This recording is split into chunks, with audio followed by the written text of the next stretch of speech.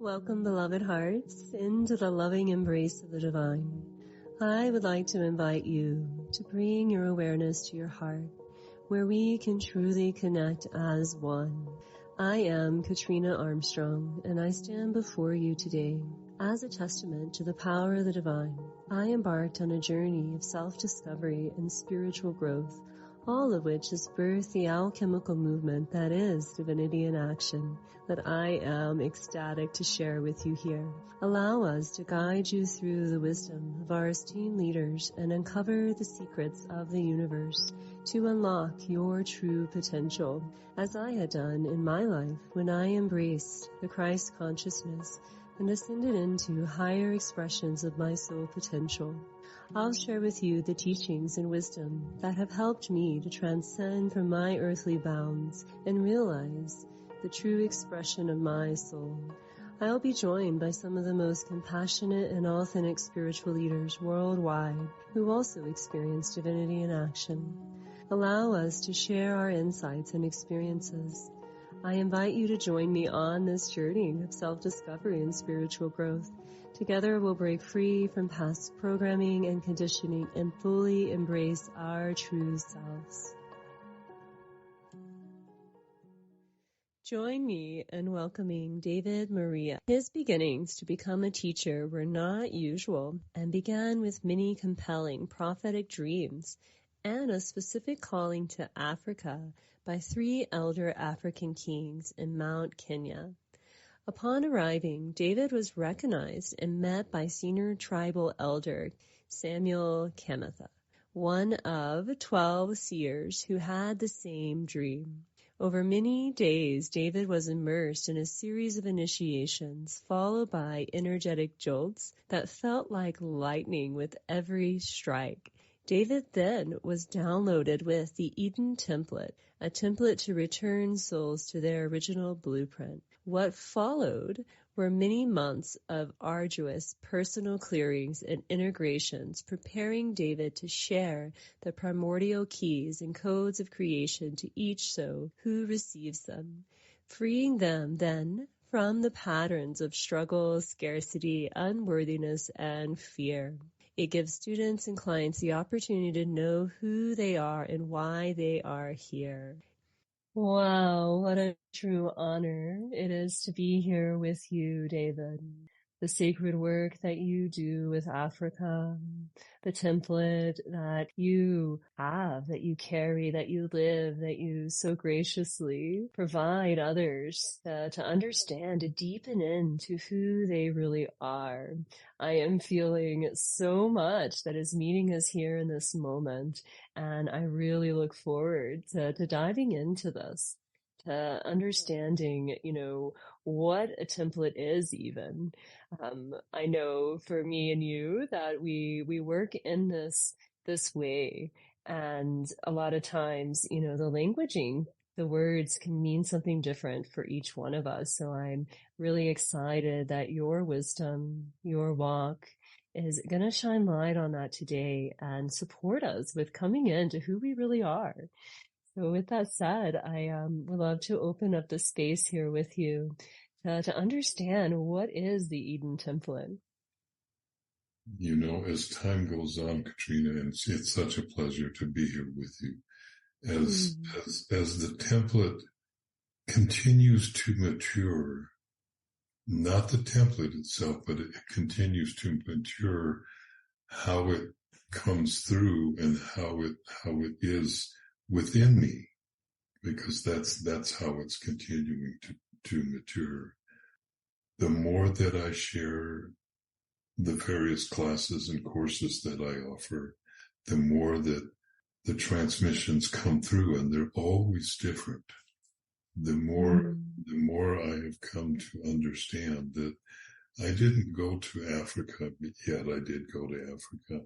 I didn't necessarily receive a template, although in that time frame, my experience was that I received this template. But as it continues to embody itself in me, I realized that that's not something that I received.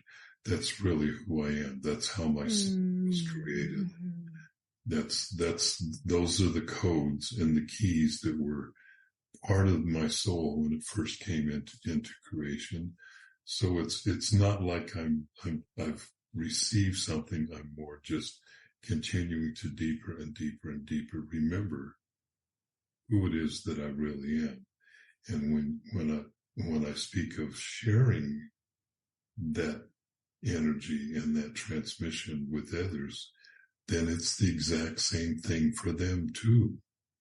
It's something that will gradually deepen in them, and they will realize that it's not something that they can receive. It's something that's they already have it. It's their birthright. Yeah. As you speak this, I get this full body sensation of like how this template works as it matures, as you mature. That's a really lovely way of expressing it. How it works me. Because it is, and it does. Yeah, so that journey of, coming into who we really are, like being able to touch that, being able to go through the initiations that you've gone through to allow you to touch that, to share it, to offer that to others. We find this place, as you were saying, that this is within all of us, that, it is who we are. So for you, the languaging of the Eden template and how you coming into who you are gives you this, it feels like a framework or a way for your true essence to come forward through transmission, through training, to touch others, to invite them there. So I get this deeper understanding and this curiosity, actually, it's arising there of what are these transmissions? How do these transmissions work? Like, how is it that it actually calls us into who we are? And again, it has taken me a long time to understand this because it cannot be understood with the mind. It can only be experienced when you become it. And then through that becoming, then you are able to have what we would call, quote unquote, an understanding. We can now use the mind to be able to understand a little bit, at least partially, of what's going on with this. So I'm very clear that even if I had ignored the dream back in 2018 that brought me to Africa, and all of the subsequent things that have flowed through that, even though that was a destiny moment and it was absolutely meant to happen that way, even if I had not gone, the transmissions that have come still would have come. I still would have received the information. I would have received the awakenings, the empowerments, the initiations. They would have come through an entirely different mechanism, or they would have completely emerged from the inside spontaneously. And that's not to necessarily talk about me, but that's to say that that's true for everybody else in the world, no matter who you are. It's not about a place, a time, a destination. It's not about a geographic location. It's not about people that you will meet or masters or anything else that may happen. It's about you as an individual person. We cannot escape our destiny. And at one level, once we really begin to remember who we are, we understand that we're the ones that are creating that destiny. Absolutely. So how is it possible to avoid it, no matter what the circumstances are? Wow, that's such a powerful message, for those that are listening here, that are connecting in, that are leaning in even more, to feel that, the release of any sort of concern or that they're behind, right? I think I've been hearing that a lot from people, like, yeah. oh, I need to make it here and I didn't make it. So it's easy for us to kind of shut ourselves off, right? When, the message you're bringing here is that, hey, it's not about a time or a place, but it's really about something that you can't escape. It's something that is going to come to you through whatever means, that really brings me, to the soul and that connection to the I am presence, and that understanding that the soul is going to reach or support in orchestrating the exact, people or things that are needed, no matter where you are. So I think that's a very empowering message that you're bringing through here, David. And it's all us. How could we ever avoid it? Mm-hmm. Mm-hmm. Absolutely. Through my work, One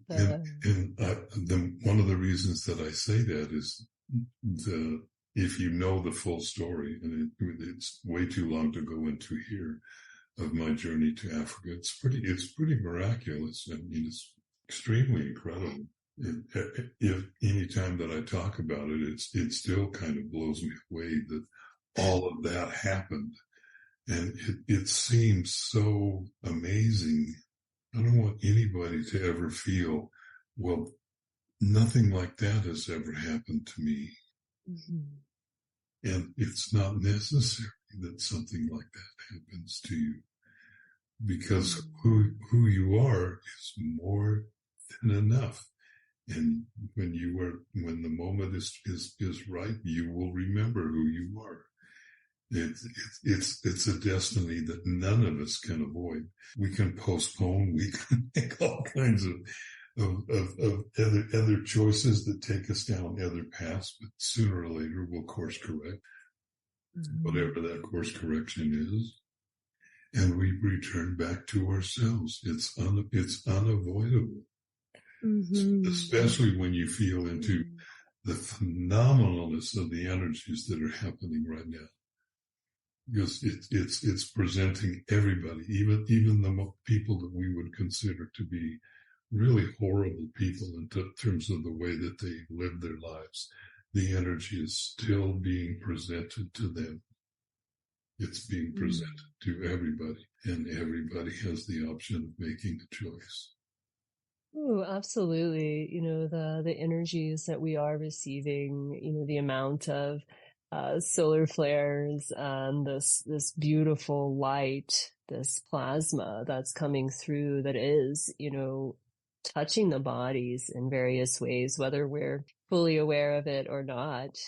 I feel where you're going with this knowing of, it's touching everyone. And this opportunity that we have when we return back to that knowing of who we really are, to just be that, how that begins to invite others to do the same. And, I get this image as you're speaking of, walking around, in your knowing of your essence, and how just that knowing is allowing people to let go of maybe what they're holding or believing, to be the direction that they're to be moving when you're in that state of presence or that state of connection with someone. And I'm curious, like, how does this relate to the I am? And how do we connect with that? Because I get this sense of like this connection to the I am allows us to kind of emanate who we are and to deepen into that and to trust it. I know with so much energy, sometimes it can be a little difficult to trust the changes that are happening in our lives, and they're vast right now all over the planet, right? At its core, it's totally undeniable, whether we believe it or not, whether we can allow ourselves to accept it, to be able to receive it. But at our core, each and every one of us, we are not just connected to the I am, we are the I am. That will just naturally bring about a at some point with each one of us, whenever that point is, the desire to want to know who we are. That lovely old statement of know thyself. Remember who you are. And even though we may have lots of programming that is running inside of us, even though there may be lots of unresolved trauma and distortion, whatever it might be, at some point that impetus is going to awaken in our heart, that we just feel this unmistakable drive and desire to remember who we are, to know who we are. And that is going to lead us. It's always going to lead us. There is a single pathway. I refer to it as a neural pathway. People have taken exception to that. And over the years, I don't care what words you use to describe it, but there is a single channel that runs from the deepest part of our heart directly to and only to the I Am presence.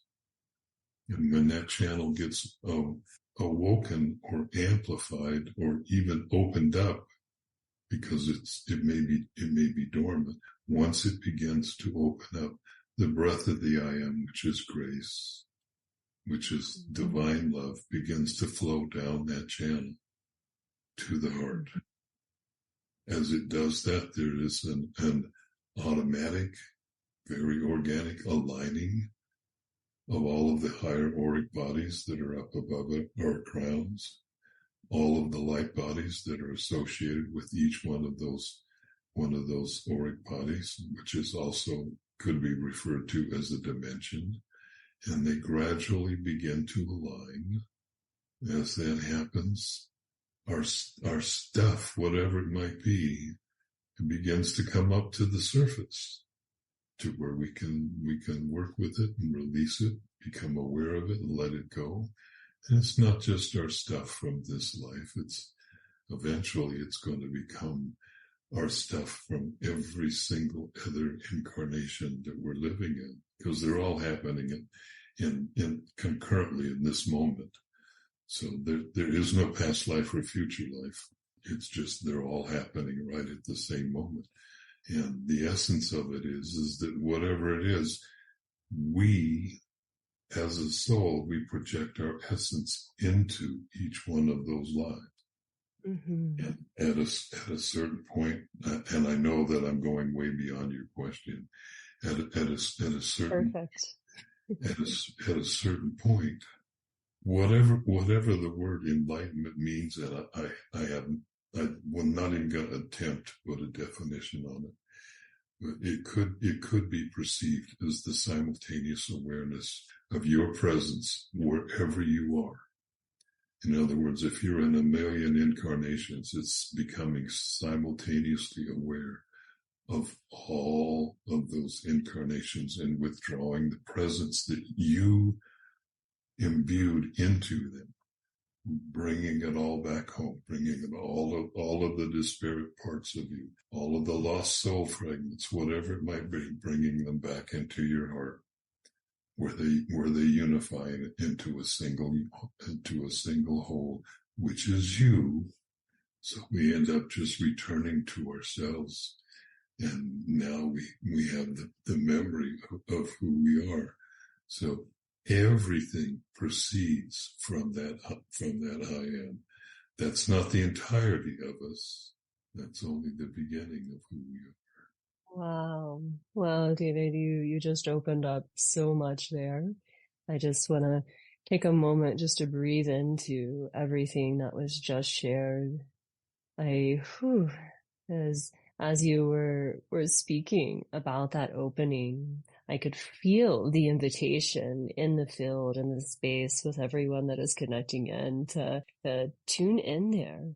And this knowing of how we transform, we integrate all of these lifetimes. And I fully agree with you that all of it is here.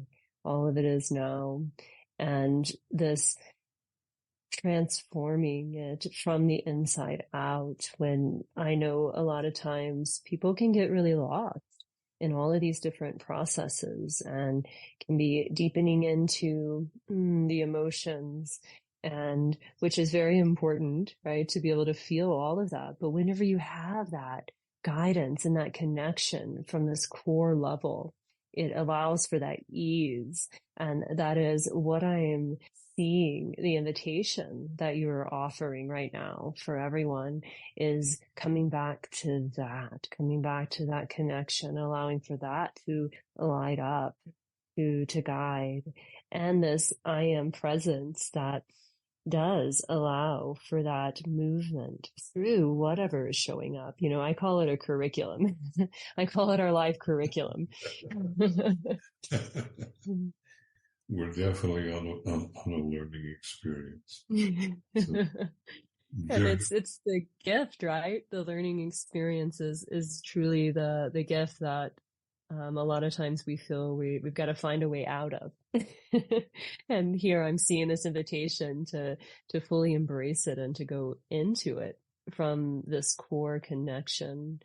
So I'm just really wanting that to be strong here in the space as everyone's tuning in, where you're inviting us to be, to experience life from.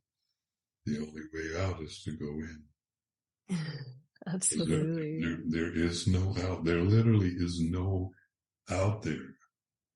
There's no out there. There's nothing that is outside of you.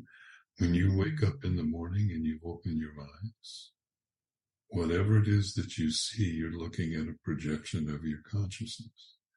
You're looking at the projection of how it is that you have created your life. And at the same time, there is this undeniable connection to source. We've never, not even for a trillionth of a millisecond, been separate from source. That's who we are. We cannot be and never will be separate from the Creator.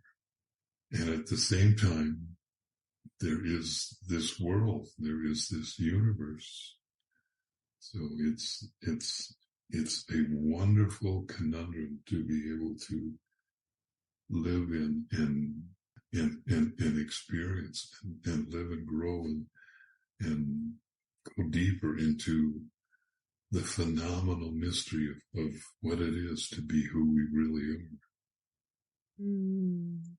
Absolutely. And in that, when we're looking at these transformational times on the planet and this importance to be steady, to be strong in our light, in that knowing of who we are. Do you have any guidance for how it is we can strengthen that connection so that we can remain in that steady movement of seeing everything in our lives, as us, and remembering that we are one with source, with Creator, and we've never been separate from that. So is there any guidance that you have for those that are listening? As simple as it might be, and at the same time as difficult as it might be, it's to remain present in this moment and only in this moment. It's learning how to die every single moment. And by death, I don't mean you dropping your physical body, although that's always a possibility for all of us. We never know when the death of the body is coming for us. And it may or may not. We have no idea. To remain present in the moment and completely let go of anything and everything that was present the moment before. That's mastery level work, and that's not necessarily easy work to do. And you could ask, David, have you done that completely for yourself? And my answer would be to laugh and go, no. And yet that does not change the knowingness of the truth of saying that. So there's lots of different frequencies that are going on in the world, from what can be perceived as unbelievable horror all the way to the highest frequencies that it's possible to to be in and still be a human being and have a body, and not just go back into spirit and merge completely into source. Mm-hmm. So it's all of that, and we hold our light steady by staying in this moment and not allowing ourselves to be swayed, not allowing our attention to be pulled into all of the chaotic frequencies that are out there. Mm-hmm. Depending upon the strength of the vibration, a lower frequency vibration will always entrain with a higher one. Always, always. Mm-hmm. Mm-hmm.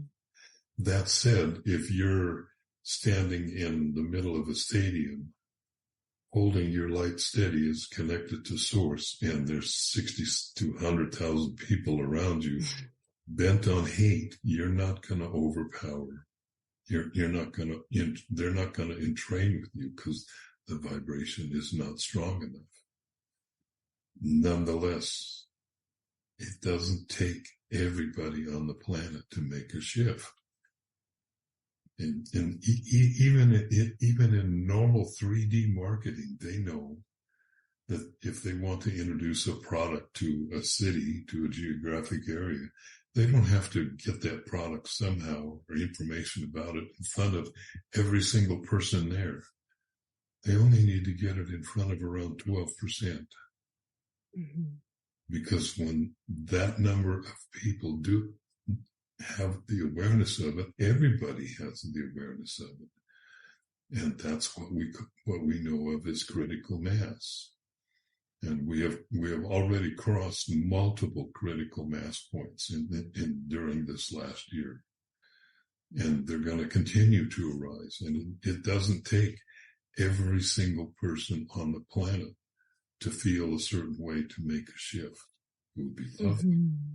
But it doesn't take everybody. It only takes one person that is connected and really holds their light and holds it steady, no matter who that person is. Mm-hmm. They don't waver. It doesn't matter if all of us know about them and admire them, or if none of us have ever heard of them ever. It doesn't matter where we are in that kind of scenario, but it only takes a small percentage of the people. So one person holding their light really steady and really connected has a stronger effect upon the collective energy field than millions of normal everyday people. Mm-hmm. Absolutely. So the value of each person is phenomenal, and at the same time, we're not here to fix everybody. We're not here to save others. The earth doesn't need saving. The earth is just fine. There are multiple versions of earth. And depending upon the frequency of the vibration that we carry at our core, that's the version of earth that we live in, because it's a vibrational match for it. So we've probably all heard some story or another that would be similar to stories of the rapture, where several people would be walking alongside each other, and all of a sudden, if there's 4 people, 3 of them are gone and there's just one. Those other people didn't disappear. They're still where they are. What it is that you stepped into another frequency vibrational reality. Mm-hmm. Ooh, there's so much there. And I feel this coming back to the cultivation of who we are, the light within us, and sustaining that vibration. And, the skills and the tools and the ways that we do this, there's so many of them. But ultimately, the message that I am hearing coming through you is the answer is there in that cultivation and that strengthening of it, so that you can fully be in this present moment, connected. And I love that you brought us into that space of, hey, there really is nothing to save. So many times, because of our programming and our conditioning and, the ways that we've been taught, to that, our mission, our purpose is to heal And I know that there's nothing wrong with where the heart is calling you, but I feel here there's this invitation to come out of, that cycle, or that idea of there being victims, or, just this return back to yourself that you're actually doing when you're showing up in these ways. So there's so much depth in what you shared, in so many different directions that we can go with that. But ultimately, I'm feeling that knowing of the cultivation of your light, of who you are, making that connection and bringing yourself into the present moment through what practices, guidance that is showing up for you, because the soul is so incredible, right? It designs this amazing, what I call curriculum. And when you're in tune on that level, the people, the guidance, the things that are needed come through because they are you. And I feel like you're really touching that point here, David, how this is all us returning back to who we are, and that beautiful dance of life that gets to happen as we do that. And this shifting in and out of realities based on our own frequency, our own harmonic. So I love where you have taken us here. I just see this beautiful journey that everyone listening is being invited into, and the invitation through the template that you are to touch that, to remember that, to deepen into it in the ways that is available for you right now. And I'm really appreciating and available to everybody. it. I love that story about Sri Aurobindo in India, when one of his students came up to him and asked him how he should treat others. And he just laughed and said, "There are no others." I just came from India, David. I don't think you know Don't, that, but and that's where I came from. don't ever for even a second underestimate the impact that you can have and will have just in the world. So the Dalai Lama once said, "It doesn't matter how big you are to have an impact. Imagine being in a closed room with a single mosquito, and that mosquito has an impact on your life." And as jokingly as it turns out, I had a mosquito come in my house late this fall, and I haven't seen it in a week or so, but maybe a month. Every single night while I slept, I had a new mosquito bite somewhere.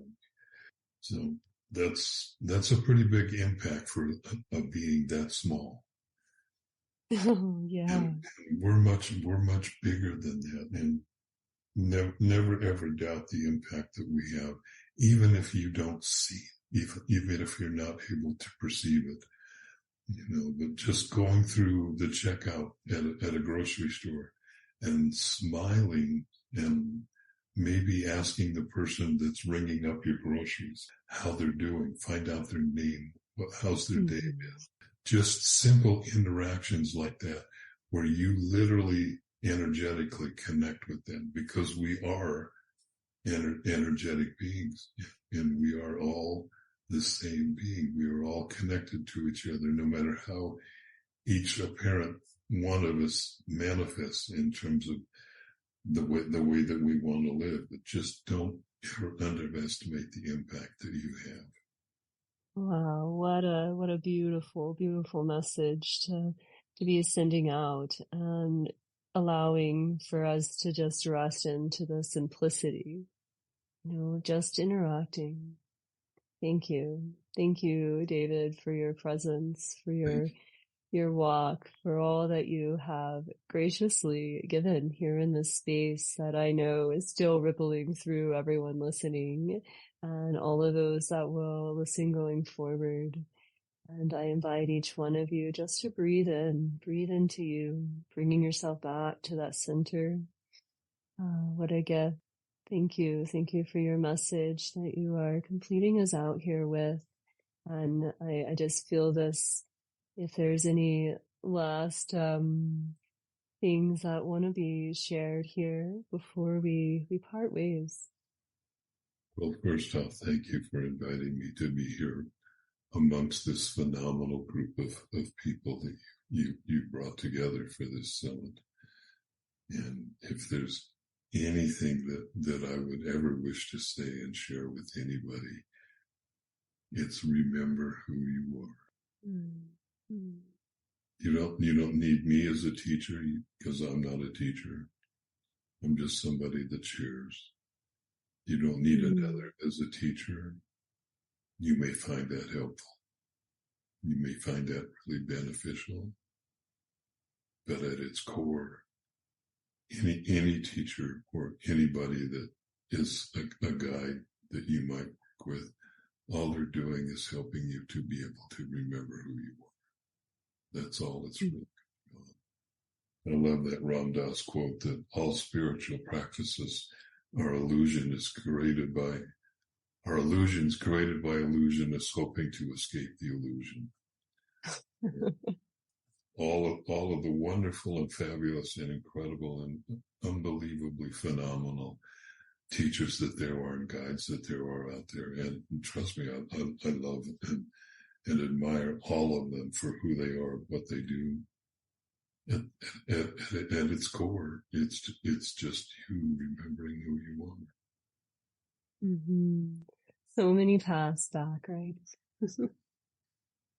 Ooh, thank you. Thank you for your message. It's so strongly touching my heart, and I know touching the hearts of everyone that is connected here. So much love and appreciation for the sacred time together here. Thank you, thank you, thank you. Thank you. Just feeling how Mother Earth is also receiving all of this, for this message to go out even further, for the hearts that are also ready to receive what has been transmitted here today. What a beautiful moment on the planet to be coming together. Thank you. So much love. Thank you, my friend. Blessings. Oh, beautiful hearts, let's take a moment here to breathe into yet another powerful message from our Divinity in Action alchemical movement. I hope you found the teaching shared in this episode to be enlightening and empowering. Also, that you will take space for yourself to work with what was offered for your discovery and growth. Once again, I invite you to unlock your divinity through the wisdom of our speakers and to harness this beautiful energy to your benefit that will increase abundance, clarity, and freedom in every aspect of your life. By experiencing divinity in action, we will break free from past programming and conditioning and fully embody our true selves.